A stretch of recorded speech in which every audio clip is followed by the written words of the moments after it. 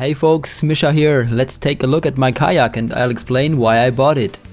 I decided to go with a sea kayak, which is just over 5 meters long. These boats are longer than the average kayak and tailored towards long distance travel instead of being super maneuverable.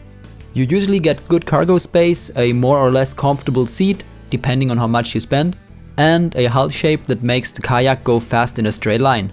It cuts through waves instead of bumping over them. Long boats can be slimmer than short kayaks, which have to be fat to support a kayaker's weight.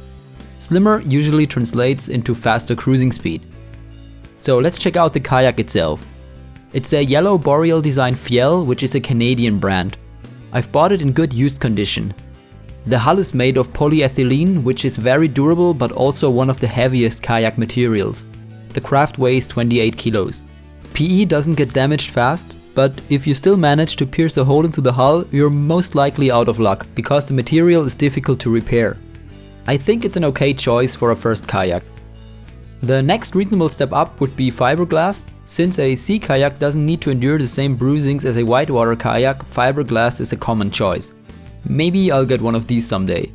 Anyways, my little yellow boat has a rudder at the back, which is great for keeping your current heading without changing your paddling rhythm.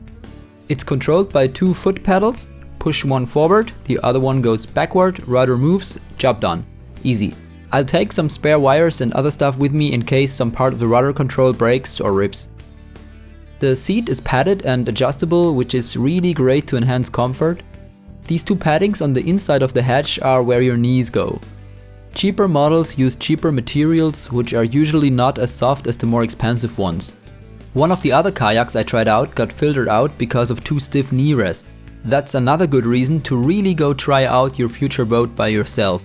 On paper everything was fine, in reality it just didn't fit and felt like I put on the left shoe on the right. Now, where do I carry my stuff? The Fjell has 2 hatches, one on the front and one on the back. Both compartments are separated by durable foam bulkheads.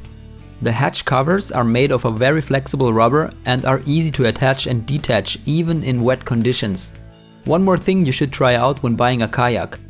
There are other stiffer materials which aren't as easy to handle when wet. Try removing and detaching the covers in dry and wet state before making the decision whether to buy a boat or rather not. On the deck you have your usual straps to secure a spare paddle or other stuff you like. There's also a preparation for a day hatch. Maybe I'll cut it out, but I'm not quite sure if I really need one. So that's the boat that will take me down the Danube River. Up next we'll be naming it. I already have an idea. Now I just need to find out the best way to write on the hull. Maybe airbrush, permanent marker, hammer and chisel, I don't know, we'll see. So that's it for today.